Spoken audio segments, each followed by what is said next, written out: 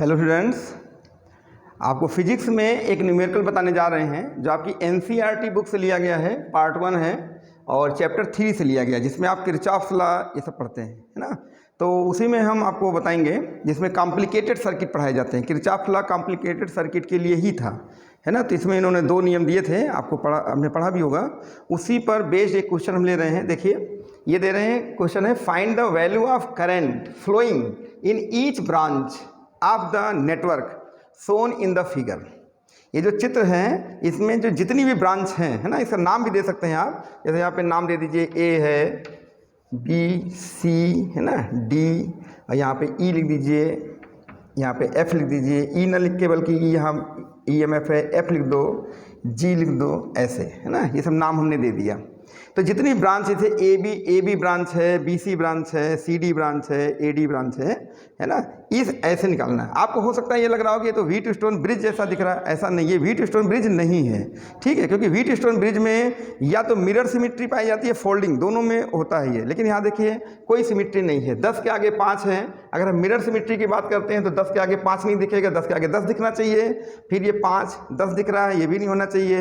अगर फोल्ड करते हैं तो 10 के नीचे 5 आ रहा है, ये भी नहीं आ रहा है। 5 के नीचे 10 आ रहा है, ये भी सेट नहीं हो रहा है, ठीक है। ये व्हीटस्टोन नहीं है किसी भी कीमत पर। अब आपको एक सर्किट बनाया गया है, काफ़ी कॉम्प्लिकेटेड सर्किट है।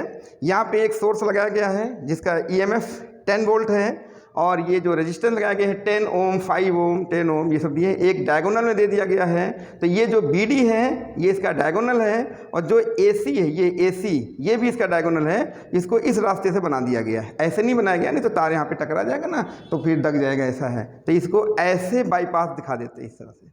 तो आपको बताना है कि जितने भी रेजिस्टेंस हैं, इसमें सब में जो करंट है वो कितना जाएगा, है ना। तो किरचॉफ्स लॉ आपने पढ़ा होगा। फर्स्ट लॉ क्या है कि उसमें जो है हम बोलते हैं कि करंट ऑफ लॉ है, ये धारा का नियम है ना। हिंदी में समझ ले, धारा का नियम। तो इसमें होता है कि कोई भी अगर जंक्शन है, कोई भी जंक्शन है, तो वहाँ पर क्या होगा, जितनी धाराएं आती हैं और वहाँ से जाती हैं, तो आप जानते हैं अगर ये 2 धाराएं आ रही हैं, I1 और I2, और ये 3 धाराएं मान लीजिए जा रही हैं, I3, I4 और I5, तो इनका जो एल्जेब्राइक सम है, बीजगणितीय योग है, यानी चिन्ह सहित योग जो है वो 0 होता है। तो आने वाली धाराओं को पारंपरिक ढंग से पॉजिटिव माना जाता है और जाने वाली धाराओं को निगेटिव माना जाता है। अगर हम इसके हिसाब से देखें तो यहाँ पर I1 plus I2 minus I3 minus I4 minus I5 is equal to 0 हो जाता है। या आप इसको ऐसे भी कह सकते हैं, I1 प्लस I2 बराबर I3 plus I4 plus I5, ऐसा भी कह सकते हैं, है ना। कि आने वाली धाराओं का योग बराबर जाने वाली, यानी कि दोनों का जो सम है वो इक्वल होता है। ये तो हमने थोड़ा सा यहाँ बताया। देखिए, आपको जंक्शन दिखाई देंगे, यहाँ देखिए जंक्शन दिखाई देगा, यहाँ जंक्शन दिखाई देगा, ऐसे जंक्शंस हैं। तो आपको हर जगह पे ये देखना है कैसे बंटवारा होगा करंट का, और डिस्ट्रीब्यूशन पहले समझाएंगे, है ना। तो अच्छे से समझिएगा इसको। एक न्यूमेरिकल, इस न्यूमेरिकल के साथ अगर समझ लेंगे तो आप कई न्यूमेरिकल को लगा ले जाएंगे। तो इस क्वेश्चन को हम ले रहे हैं केवल कॉन्सेप्ट समझाने के लिए। दूसरा उनका था मेश, है ना, उसको कहते हैं किरचॉफ्स वोल्टेज लॉ। इसको हम शॉर्टकट में KVL भी लिख देते हैं, KVL, है ना। ये किरचॉफ्स वोल्टेज लॉ कहलाता है। सेकंड लॉ है ये। फर्स्ट लॉ तो ये हो गया, सेकंड लॉ वोल्टेज लॉ कहलाता है, उसको भी समझा देते हैं। उसके बाद फिर हम जो है इस न्यूमेरिकल को शुरू करते हैं। देखिए,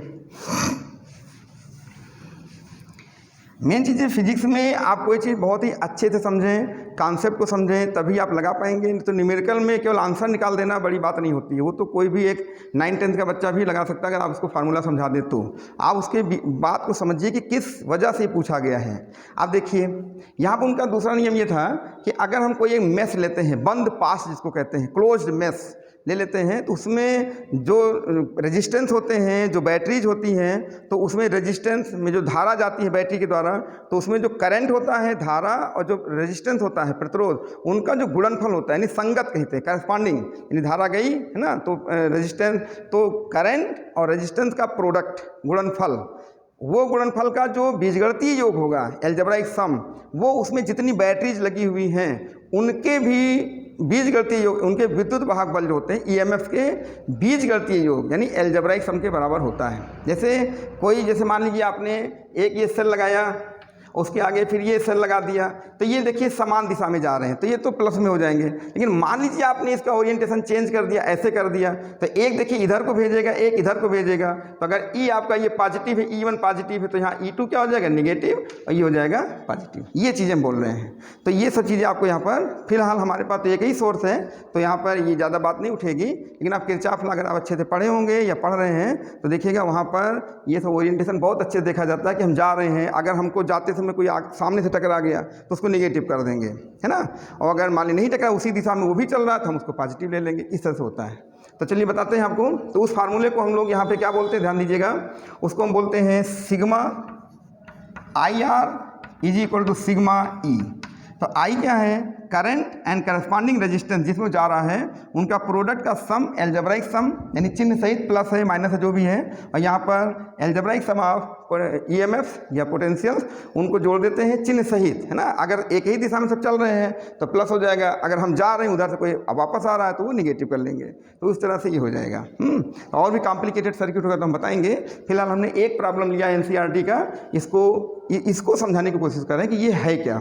देखिए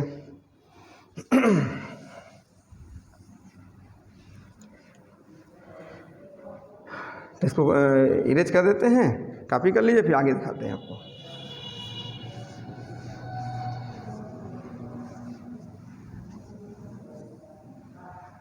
बताने में थोड़ा समय लगेगा, लेकिन जब अच्छे से कॉन्सेप्ट समझ जाएंगे ना तो अगले प्रॉब्लम को भी आप लगा सकते हैं।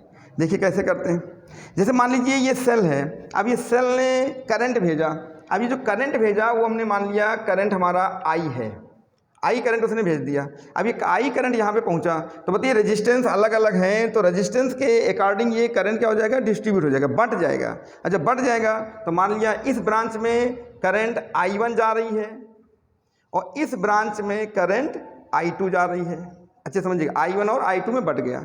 अब ये I1 जा रही है, यहाँ पे I1 पहुँची। अब देखो I1 को फिर एक जंक्शन यहाँ मिला, अब I1 बेचारा क्या करेगा, कहेगा हम तो फिर बटेंगे, क्योंकि एक सड़क उसको और मिल रही है। जब एक सड़क और मिल रही है तो I1 का यहाँ पे बंटवारा हो जाएगा। तो हमने मान लिया ये जो करंट आ रहा है, इस करंट को हमने कह दिया ये I3 है। तो अब यहाँ पे बचा क्या कि I1 था, I1 में I3 इधर चला आया, तो इसके बाद बचा रेस्ट जो है वो बचा I1 माइनस I3 बच गया। अब I1 माइनस I3 5 ओम में चलेगा, I3 5 ओम इसमें जाएगा, इस ब्रांच में जाएगा। अब ये जो मिस्टर आ रहे हैं I2, अभी जो I2 जा रहे हैं वो यहाँ पहुँचेंगे, D पे पहुँचेंगे। अब ये जो है I3 इधर को आ रहा है, ध्यान दीजिएगा। अब ये I2 इधर आ रहा है और I3 इधर आ रहा है, दोनों लोग D पे आके मिल रहे हैं, तो दोनों लोग आ रहे हैं। तो किरचॉफ का जो फर्स्ट लॉ है वो क्या कहेगा कि दोनों लोग आ रहे हैं तो D पर दोनों ऐड हो जाएंगे, और जब ऐड हो जाएंगे तो यहाँ पे जो धारा जाएगी वो हो जाएगी I2 प्लस I3। अब देखिए यहाँ पे करंट क्या हो गई, I2 प्लस I3, I2 ये आ रही है, I3 ये आ रही है, तो यहाँ पर ऐड होके ये इसमें चली जाएगी। अब देखिए कितना बढ़िया खेल चल रहा है, देखिए ध्यान दीजिए। अब I1 माइनस I3 इधर को आ रहे हैं, I2 प्लस I3 इधर को आ रहे हैं। अब C पर दोनों लोग आ रहे हैं, कमिंग आ रहे हैं, तो दोनों क्या होंगे, ऐड हो जाएंगे, परंपरा ढंग से ऐड हो जाएंगे। जब ऐड होंगे तो आप देखिए यहाँ I3 प्लस में है, यहाँ I3 माइनस में है, दोनों कैंसिल हो जाएंगे। तो यहाँ पर जो धारा बनेगी वो कौन सी बन जाएगी, I1 प्लस I2। तो यहाँ पे कितनी करंट आ जाएगी, I1 प्लस I2, और I1 प्लस I2 ही यह I का बंटवारा हो गया था। तो यानी एक तरह से कहिए कि यहाँ पे जो धारा आएगी वो क्या हो जाएगी, I1 प्लस I2 बनेगी, जो कि क्या है, I है। तो ये धारा I इसमें आ जाएगी। देखिए कितना अच्छा से आप समझा रहे ना। कि फिर से एक रुकिए, जैसा हम ये थोड़ा सा मार्कर ले लेते हैं, पेन है ना, इससे दिखाते हैं। देखिए यहाँ पर ये बैटरी, ये जो बैटरी लगी ना, इससे करंट I यहाँ से निकला। जब करंट I यहाँ से निकला तो ये I यहाँ पर जाते हुए जब इस जंक्शन पे आया तो तुरंत यहाँ पे दो रास्ते मिल गए। जब दो रास्ते मिल गए तो एक को हमने मान लिया I1 हो गया, एक को मान लिया I2 हो गया। अब जब ये आएगा तो यहाँ पहुँचा, अब यहाँ पर आते इसको फिर दो रास्ते मिल गए, तो जहाँ जहाँ रास्ते एक से ज़्यादा मिलेंगे वहीं पर करंट का बंटवारा हो जाएगा। तो देखिए यहाँ पहुँचा, यहाँ पे करंट का बंटवारा किया, तो हमने कहा कि लाओ थोड़ा सा हिस्सा इसमें दे देते हैं, तो हमने I3 इसमें दे दिया। ये अपने रजिस्टेंस के अकॉर्डिंग लेगा, ध्यान रखिएगा, रजिस्टेंस जितना होगा सबसे ले लेगा। तो ये इसमें धारा I3 भेज दी, तो बची कितनी, I1 माइनस I3, वो इसमें आके चल रही है। अच्छा अब जरा यहाँ से विचार करिए, ये I2 इधर से मूव कर गया, इधर को चली आ रही है।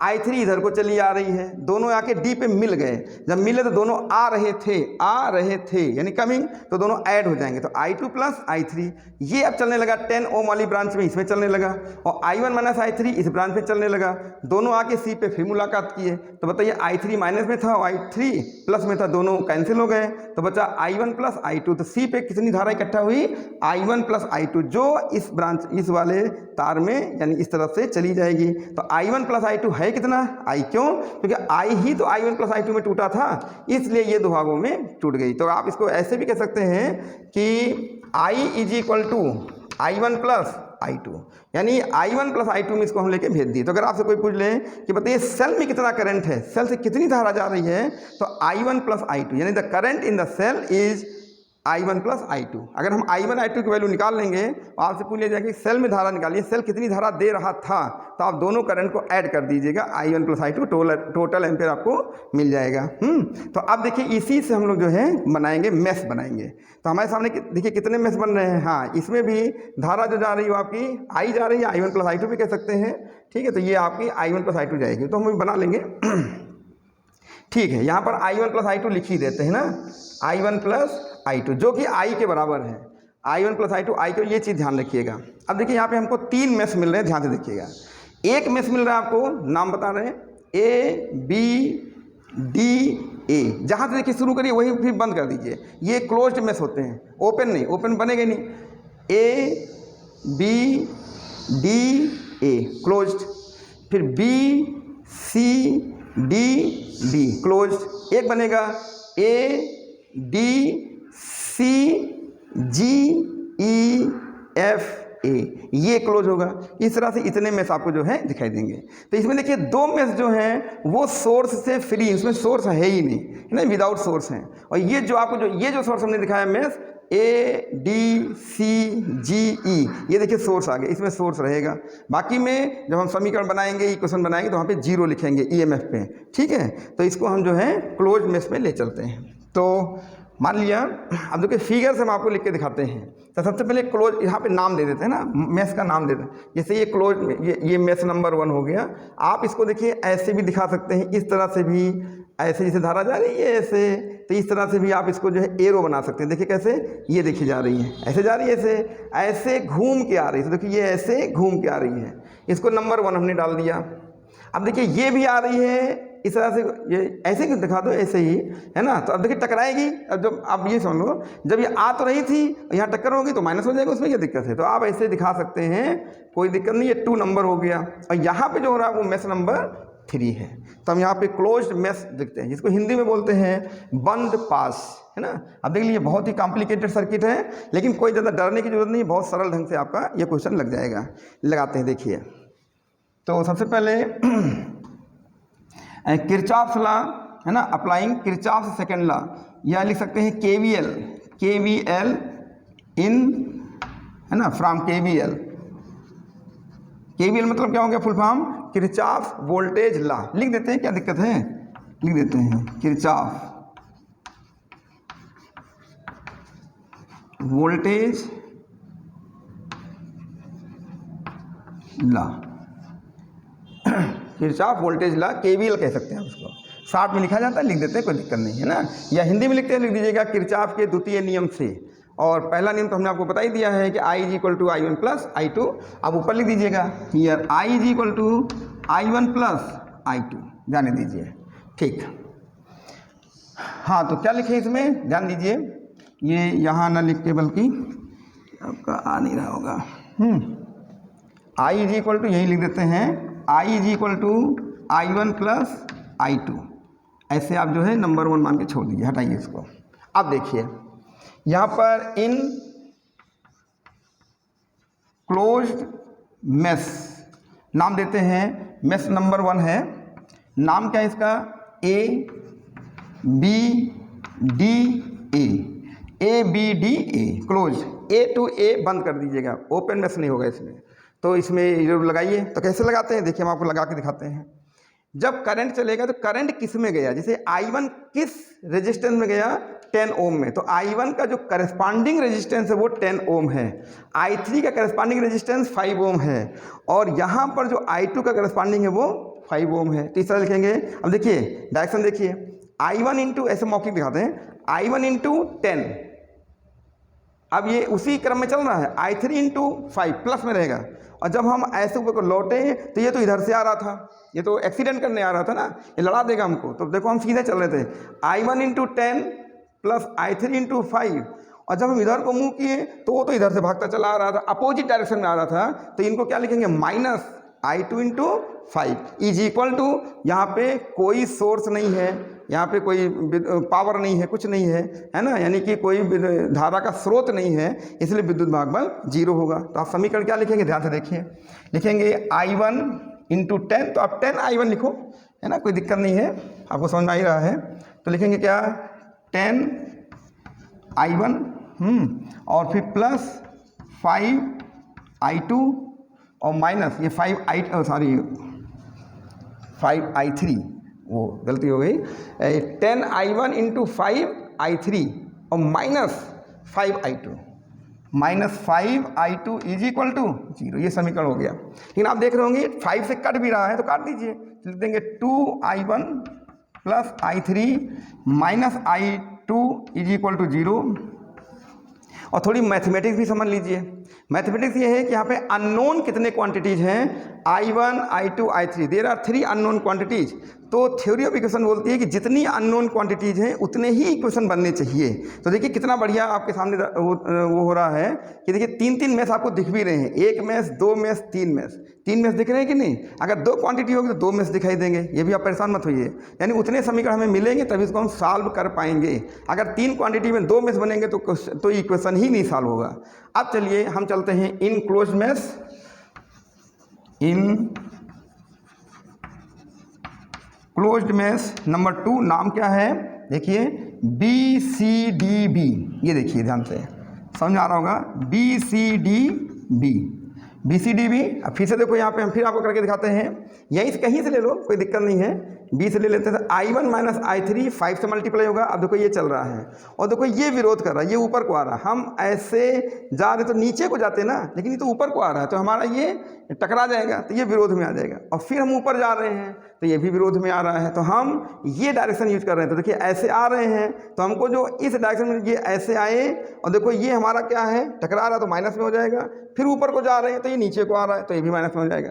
तो ये पॉजिटिव और ये दोनों नेगेटिव। तो यहाँ पर हम इक्वेशन बना रहे हैं, देखिए हम बनाएंगे 5 इंटू I1 माइनस I3, फिर माइनस हो जाएगा 10 इंटू कितना, I2 प्लस I3, बहुत संभाल कर, I2 प्लस I3, और फिर उसके बाद हम आ रहे हैं, फिर ऊपर को जा रहे हैं तो माइनस हो जाएगा, -5 इंटू I3, और यहाँ भी कोई सोर्स नहीं है, ये जो है इसमें कोई पावर या कोई बैटरी का स्रोत नहीं, इसलिए 0 हो जाएगा, है ना, ठीक है। तो ये भी 0 हो जाएगा। अब इसको जरा सा अच्छे से अरेंज कर लो।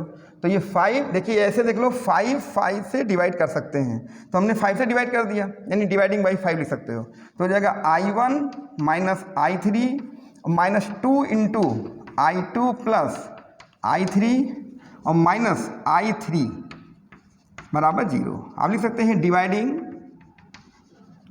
बाई 5। यहाँ भी हमने वही काम किया था, डिवाइडिंग बाई 5, ठीक है। आप जरा इसको अरेंज कर लीजिए, जैसे I1, इसको कायदे से I1 I2 में अरेंज करना चाहिए था, 1 मिनट गई है, हम इसमें कर दे रहे हैं 2I1 minus I2 plus I3। जरा सा क्रम से लिखेंगे तो ज़्यादा अच्छा बैठेगा सॉल्व करने में। ये देखिए I1 फिर I2 फिर I3, है ना, ये लिख दिया। इसको भी अच्छे से अरेंज करिए। तो I1 minus I3 minus 2I2 और minus 2I3 minus I3 is equal to 0। अब जरा I1 इकट्ठा करिए, तो I1 तो एक बार आया है, I2 भी एक बार आया है, तो माइनस 2I2 हो जाएगा, I3 3 बार है, I3, तो ये हो जाएगा 2 1 3 1 4, minus 4I3 is equal to 0। ये इक्वेशन नंबर हो जाएगा आपका 2 1 वहाँ हमने कर दिया, कोई दिक्कत नहीं है, 2 यहाँ कर दो, 3 यहाँ कर दो, क्या जाता है। चलिए देखिए, है ना, तो ये किरचॉफ लॉ लगाना आप अच्छे से समझिए। देखो हमने ये मेन ये नियम होता है, इसी को आप अच्छे से लिखाना सीखिए। एक यहाँ पे ये देखिए हमने डबल टिक कर दिया है, इसको समझ लीजिए। तो देखो कैसे लिखा, 5 इंटू करंट माइनस, माइनस क्यों लिखा, क्योंकि ऊपर को आ रहा था, हम नीचे जाना चाहते थे, तो -10 इंटू ये, और फिर हम ऊपर जा रहे थे लेकिन ये नीचे को आ रहा है, इसलिए -5 इंटू I3। देखिए दो जगह माइनस है, यही समझिए। अगर साइन कन्वेंशन आपका गलत हो गया तो सब गलत हो जाएगा, आएगा ही नहीं। उसके बाद हमने देखा कि ये 5, 10, 5 के मल्टीपल हैं, तो हमने 5 से डिवाइड कर दिया, इक्वेशन छोटा हो गया, और छोटा करने के बाद इसको बढ़िया से क्रम से I1, I2, I3 में हमने इसको जो है अरेंज कर लिया, एक इक्वेशन में और मिल गया। अब हमें एक इक्वेशन और चाहिए, वो कौन सा मेश होगा, वो ये मेश होगा जिसमें ई बैटरी भी है ना, तो A, D, C, G ये सब है, इसमें आप जो है अरेंज कर लीजिए। तो पहले इसको आप कॉपी कर लीजिए, फिर बताते हैं, जल्दी कॉपी करिए।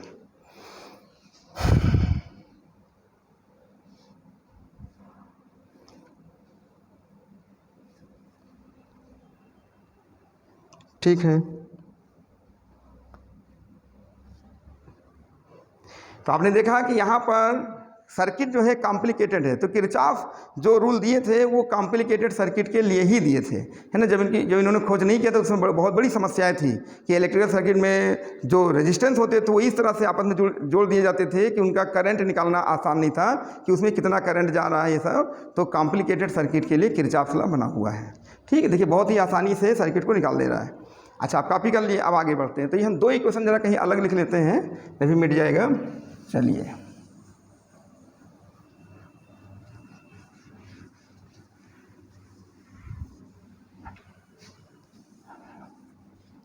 तो बहुत ही क्वेश्चन को अच्छे से तोड़ के लगाइए।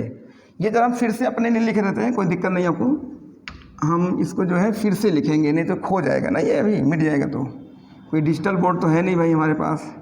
2I1 minus I2 plus I3 is equal to 0, equation number 2। एक आपके सामने है I1 माइनस 2I2 और minus 4I3 is equal to 0, equation number 3।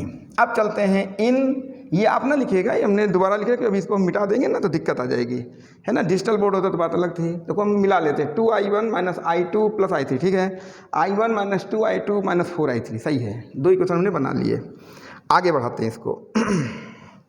अब हम एक इक्वेशन और लेके आ रहे हैं।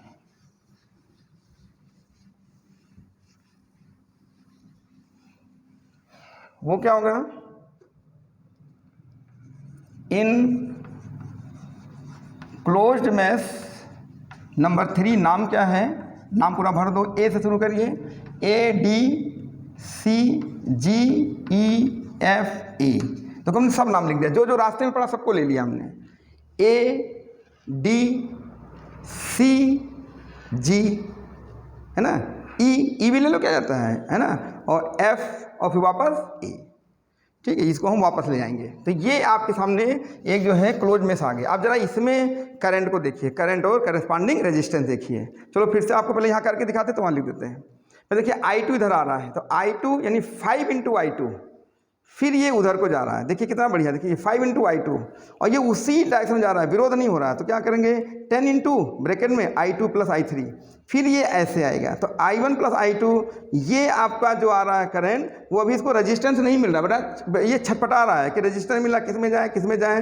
तो इसमें नहीं, इसे तो पैदा ही हुआ, इसमें कहाँ जाएगा, ये इसमें आ जाएगा। तो 10 इंटू I1 प्लस I2, और फिर ये करंट का काम खत्म हो गया, है ना। अब उसमें हो जाएगा ये वोल्टेज कितना, 10। तो कैसे लिखते हैं, ध्यान से देखो। हम पहले लिखेंगे 5I2 लिख दीजिए, देख रहे हैं ना, अच्छा से समझ आ रहा है।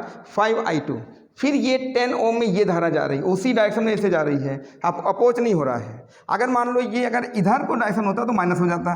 खैर, अब इसमें प्लस है, तो क्या लिख दिया हमने, प्लस 10I2 प्लस I3, ये बन गया ना। उसके बाद फिर ये जो करंट आ रहा है I, इसको I1 प्लस I2 कह सकते हैं, वो रेजिस्टेंस से जुड़ रहा है ना। तो ये थोड़े ना, ये बैटरी रेजिस्टेंस है नहीं, तो धारा दे रही है, रेजिस्टेंस ये बैठा है यहाँ पे। तो क्या लिख दोगे, 10, तो ये भी उसी डायरेक्शन में ही चल रहा है। तो क्या लिखेंगे, plus 10 into I1 plus I2। उसके बाद रेजिस्टेंस खत्म हो गए, कितने रेजिस्टेंस है देख लीजिए, गिन लीजिए। एक 5 था, एक 10 था और एक ये था, 1 2 3, 3 हो गए।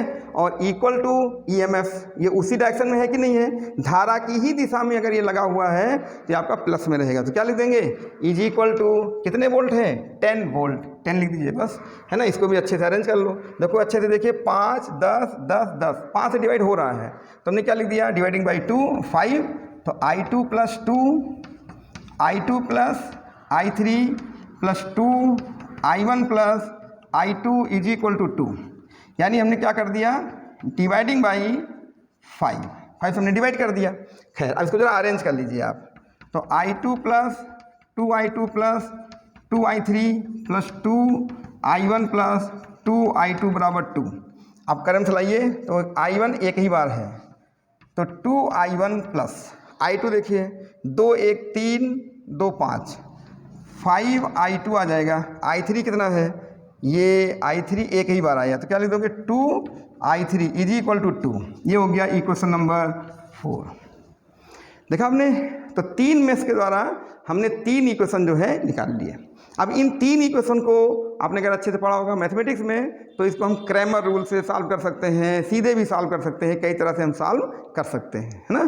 ध्यान रखिए, चलो हम इसको ऐसे सिंपली सॉल्व करते हैं, क्रैमर नहीं लगा रहे हैं। तो अगर आप बायो ग्रुप के होंगे तो क्रैमर नहीं पढ़े होंगे, है ना। अगर मैथमेटिक्स ग्रुप के हैं तो आप डिटर्मिनेंट चैप्टर में क्रैमर रूल पढ़ा होगा, मैट्रिसेस में, तो क्रैमर से भी लगाया जा सकता है, आसानी से आ जाता है। छोड़िए उसको, है ना, सीधे लगा देते हैं। तो पहले आप बताइए, यहाँ देखिए जो हमने इक्वेशन नंबर 4 निकाला वो समझ में आया कि नहीं आया। ये इस इक्वेशन को जरा देखिएगा, पहला हम यहाँ पे निशान लगा दे रहे हैं, इसको फिर से हम पढ़ रहे हैं। यहाँ देखिए सर्किट में ये यहाँ से चले, ए से चले, ठीक है। तो 5 इंटू I2 प्लस उसी दिशा में जा रहे हैं ना, अपोज तो कर नहीं रहे, तो plus 10 into I2 plus I3। फिर देखिए नीचे ही आ रहे हैं, अपोज नहीं हो रहा है, फिर इधर आ रहे हैं, जैसे ऐसे चल रहे, ऐसे चल रहे हैं, ऐसे चल रहे हैं, कोई आपसे लड़ने नहीं आया, सब सीधे भाग रहे हैं, ऐसे ऐसे भाग रहे हैं ना, इस तरह से। तो 5 into I2, 10 into I2 plus I3, वहाँ देखिए, है ना, ये 5 into I2, 10 into I2 plus I3। और फिर नीचे आए तो ये जो 10 है उसके साथ कौन सी धारा जा रही है, I1 प्लस I2। और उसके बाद EMF कितना आपका, 10 वोल्ट, ये बैटरी का विद्युत भाग बल हो गया, ये लगा हुआ है। अब आपके सामने क्या आ गया, इसको हमने देखा 5 10 10, तो हमने 5 से डिवाइड कर दिया, थोड़ा छोटा हो गया, और इसको हम यहाँ तक ले आए। अब हमको 3 इक्वेशन को सॉल्व करके I1 I2 I3 निकाल देना है। तो ये जो करंट आ जाएगा ना, जब इसकी वैल्यू आ जाएगी तो आपको पता चल जाएगा कि इस ब्रांच में कितनी धारा जा रही थी, इस ब्रांच में कितनी जा रही थी, और इसमें घटा दो तो इसमें कितनी जा रही थी, दोनों जोड़ दो तो इसमें, यानी सभी ब्रांच में आप करंट को आराम से बता सकते हैं। सेल में कितनी धारा जा रही थी आप देख रहे थे, कितनी धारा दे रहा था, है ना, I1 प्लस I2, इस तरह से जो है आप कर सकते हैं। तो चलिए इसको सॉल्व कर लेते हैं और आंसर निकाल के दिखा देते हैं। कॉपी कर लीजिए।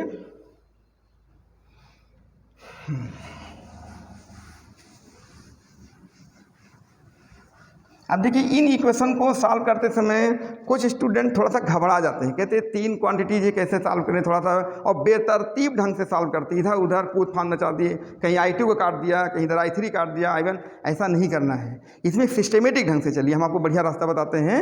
देखिए जैसे मान लो हमने एक इरादा बनाया कि पहले हम I1 को भगा देते हैं, है ना, I1 से दुश्मनी, इसको भगा दो। तो हमने क्या किया, हमने देखा ध्यान से, तो हमको 2I1 मिल रहा था, 2 जगह मिल रहा था, बाकी जगह सेम सब नहीं मिल रहा। तो हमने पहले आसान वाला रास्ता ढूंढा, तो हमने क्या किया, नंबर 2 में नंबर 4 को घटा दिया, तो I1 वहाँ से रिमूव हो गया, कोई बात नहीं। तो हमें एक नया इक्वेशन किसमें मिला, I2 I3 में।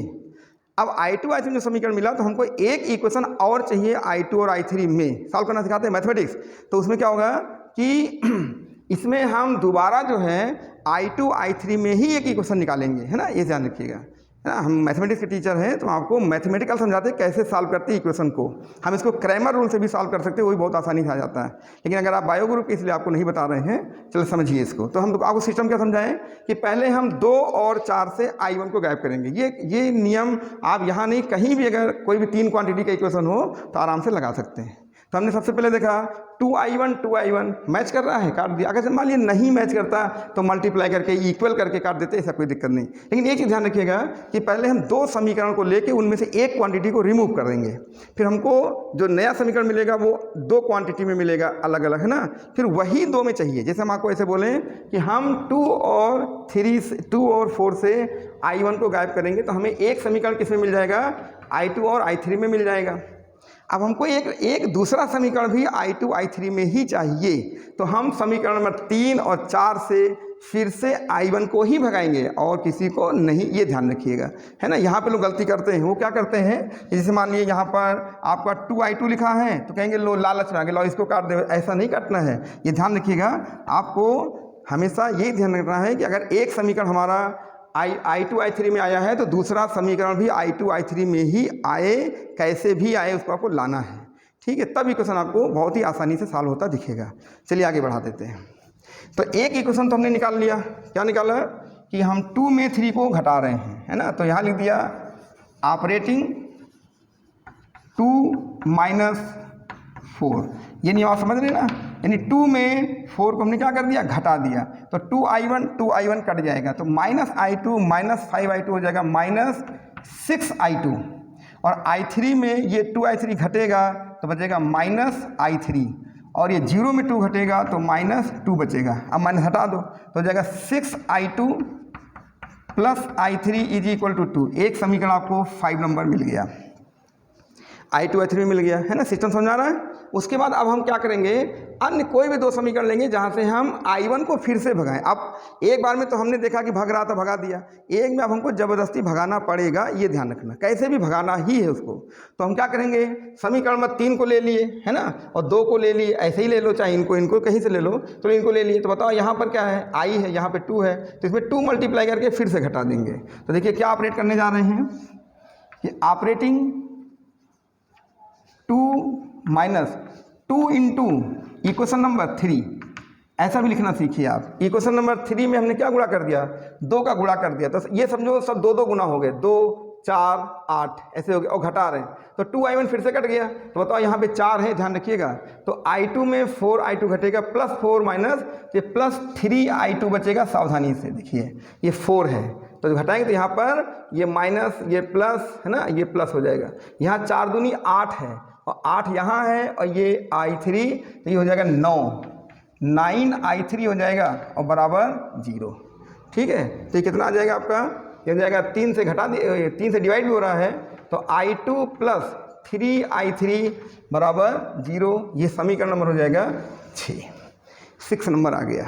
देख रहे ना, अब ये आपको आसान लग रहा होगा। अब देखिए क्यों ऐसा हम बार बार आपको जोर देके कह रहे थे कि अब हमारे लिए कितना आसान हो गया। I2 I3 में एक समीकरण, I2 I3 में दूसरा समीकरण। अब इन दोनों को आपस में सॉल्व कर लो, आराम से I2 I3 की वैल्यू मिल जाएगी, फिर ले जाके किसी एक इक्वेशन में रख दीजिएगा, आपको I1 क्लियर हो जाएगा। ये तरीका होता है लिखने का। तो बहुत ही सिस्टमेटिक ढंग से इसको सॉल्व किया जाता है ना, जल्दीबाजी में नहीं, ठीक है। जैसे कॉपी कर लीजिए, फिर आगे बढ़ाते हैं। अब हमें सिर्फ इन दोनों को सॉल्व करना है। चलिए आगे देखिए। अब इसको हटा दीजिए, इसकी कोई ज़रूरत नहीं है अब, ठीक। अब क्या करेंगे, यहाँ पर देखिए 3 है, तो यहाँ पे 3 मल्टीप्लाई करके और 6 में घटा दो, कोई दिक्कत नहीं, तो 3I3 कट जाएगा। तो हमने क्या किया बताइए, 6 में, इक्वेशन नंबर 6 में 3 मल्टीप्लाई करके 5 में 3 मल्टीप्लाई करके और इसमें घटा दिया। तो बताइए 6 में घटा रहे हैं, तो I2 में ये 6 18 हो जाएगा 18, और 6 में ये घट रहा है तो -17I2 बचेगा। ध्यान रखिएगा, 6 18 है ना, और ये 3I3 में ये 3I3 कट जाएगा, और बराबर क्या हो जाएगा, 5 में किसका गुणा कर रहे हैं हम लोग, 5 में गुणा कर रहे हैं 3 का, तो 3 दूनी 6 हो जाएगा। ध्यान दीजिएगा, ये 6 है और 6 में 5 घट रहा है, इसलिए ये -6 हो जाएगा। तो आपको I2 बराबर मिल जाएगा 6/17 एम्पियर लिख सकते हैं। तो बताइए एक हमें धारा मिल गई I2। तो अगर पूछा जाए कि बताइए 5 एम्पियर वाली ब्रांच में कितनी धारा जाएगी, तो आप बोलेंगे 6/17 एम्पियर धारा इसमें जाएगी। देखिए धीरे धीरे निकलना शुरू हो गया। अब अच्छा ये भी ध्यान देना है कि अगर ये पॉजिटिव है ना, ये देखिए साइन पॉजिटिव आया ना, तो मतलब हो गया कि ये जो डायरेक्शन में बनाया था ये करेक्ट है, ये इसी दिशा में ही जाएगी। अगर मान लीजिए कल्पना करिए यहाँ पर हमारा माइनस आ गया होता, तो तब फिर हम ये कहते हैं कि क्या कहते हैं इसको, करंट ए से डी की ओर जो जा रही थी वो डी से ए की ओर जाएगी। ये साइन बता देगा आपको।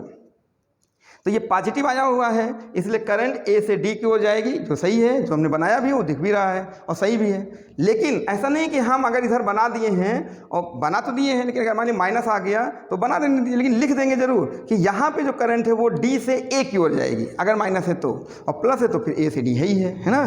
तो चलिए ये देख लीजिए, तो 6/17 एम्पियर करंट आ गया। अब I2 के वैल्यू यहाँ रख देंगे तो आपको I3 मिल जाएगा। तो आगे कॉपी करिए।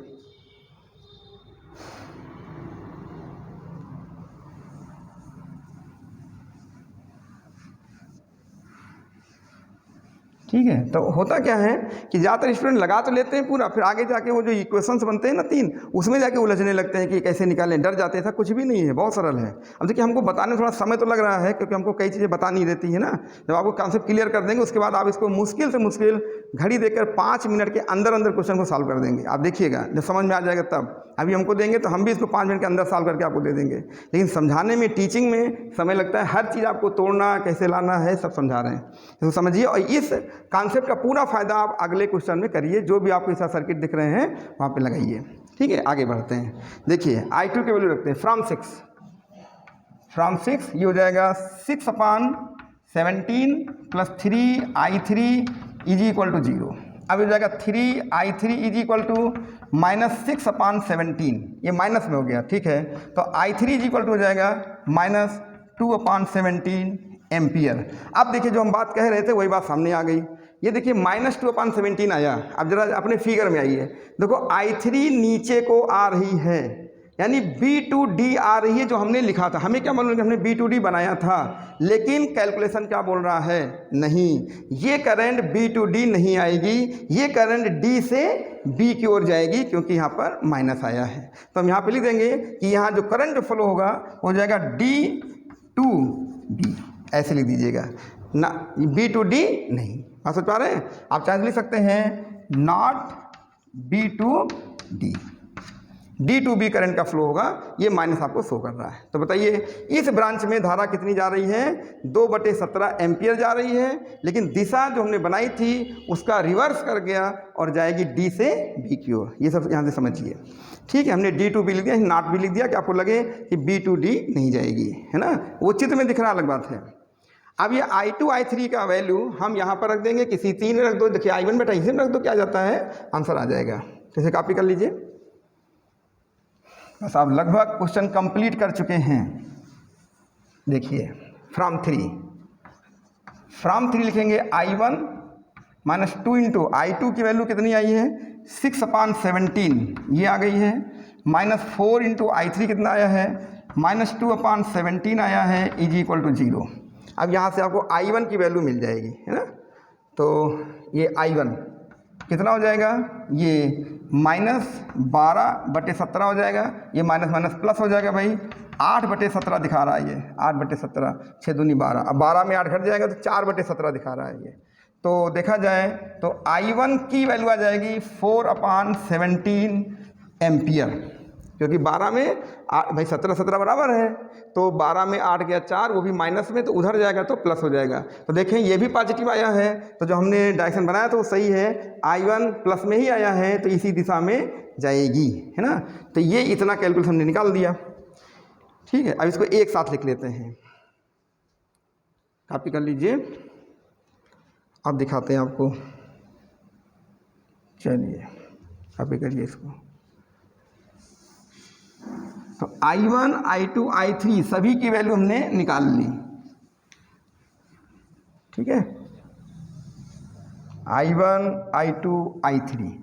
अब हम यहाँ लिख देते हैं I1 is equal to 4/17 ampere, I2 is equal to -6/17 ampere, और I3 इज इक्वल टू ये है -2/17 एम्पियर। इसको हमने D2B भी लिख दिया, ये भी आपको कोई दिक्कत नहीं होनी चाहिए, D2B, है ना, जाने दीजिए। अब ये ब्रांच की बात करते हैं, तो चलिए एक एक ब्रांच निकालते हैं। ब्रांच मतलब हो गया कि AB branch, BC branch, BD branch, CD branch, ये सारे ब्रांच में आपको करंट बताना है ना, इन ईच ब्रांच। तो लिख देते हैं ब्रांच। तो ब्रांच ले लिया हमने AB। AB में करंट कौन है, I1, तो I1 ही लिख देंगे, 4/17 एम्पियर। अब चलते हैं BC ब्रांच, या AD ले लो, कोई दिक्कत नहीं है, BD। तो BD ब्रांच में धारा I आ रही है, I3 जा रही थी, BD ब्रांच में धारा I3 जा रही थी, वो है -2/17, लेकिन डायरेक्शन आपकी चल रही है D2B। ये सब यहाँ से हटा दीजिए। तो एवरी ब्रांच में आपको जो है करंट लिखना है बस। अब चलो बी डी ले लिया, अब चल रहे बी सी ब्रांच। तो बी सी ब्रांच हो जाएगा, उसमें धारा कौन सी चल रही है, I1 माइनस I3। ध्यान दीजिएगा, I1 माइनस I3। तो I1 कितना है 4/17 माइनस I3 कौन है -2/17। तो आप देख रहे हैं माइनस माइनस प्लस, 17 बराबर है 4 2 6, तो 6/17 एम्पियर ये उसमें चली जाएगी। अब धारा CD, तो ये ब्रांच हम ले रहे हैं CD ब्रांच ले रहे हैं। तो CD ब्रांच में कौन सी धारा जा रही है, ये I2 प्लस I3 है ना। ये डायरेक्शन तो DC है ना, DC नहीं तो कोई दिक्कत नहीं है, DC। और यहाँ पे कौन धारा जा रही है, I2 प्लस I3 बराबर I2 हमारा है 6/17 एम्पियर, और प्लस माइनस I2 है, I3 है 2/17, ये प्लस माइनस माइनस 6 में 2 घट जाएगा, ये बचेगा 4/17 एम्पियर आ जाएगा। ठीक, अब जरा देखिए ये DC हो गई है ना, सब निकाल दीजिए। DA या AD लिख दीजिए, AD एक AD ब्रांच आपकी बन रही है। AD में धारा कितनी चल रही है, I2। तो इसमें I2 हो जाएगी कितनी, I2 निकल आई है 6/17 एम्पियर, AD हो गया। और एक ब्रांच आप ले सकते हैं, तो एक ब्रांच आपकी ये बन जाएगी CGF, ऐसे दिखा दीजिए, या GF दिखा दीजिए, बात ही खत्म है ना। तो एक GF लिख देते हैं।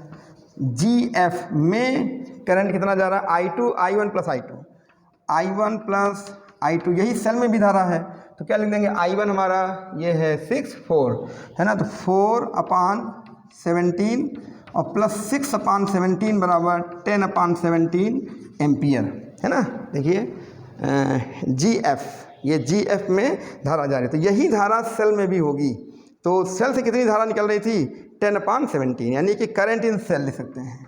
यही करंट आपका सेल में हो जाएगा, current in cell is equal to 10/17 ampere. तो देखा आपने, एक NCERT का प्रॉब्लम सॉल्व करने में आपने कितनी मेहनत की, कितनी मेहनत है बताने में, समझने में। लेकिन आप इस वीडियो को अगर कोई दिक्कत होती है तो आप वीडियो रिपीट करके 2-3 बार में देखिए।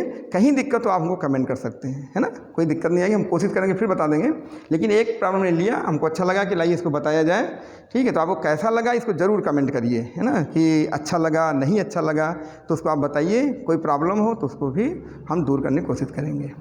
ये वीडियो कैसा लगा ज़रूर कमेंट करना, और हमारा वीडियो आपने देखा इसके लिए आपको बहुत बहुत धन्यवाद। ठीक है।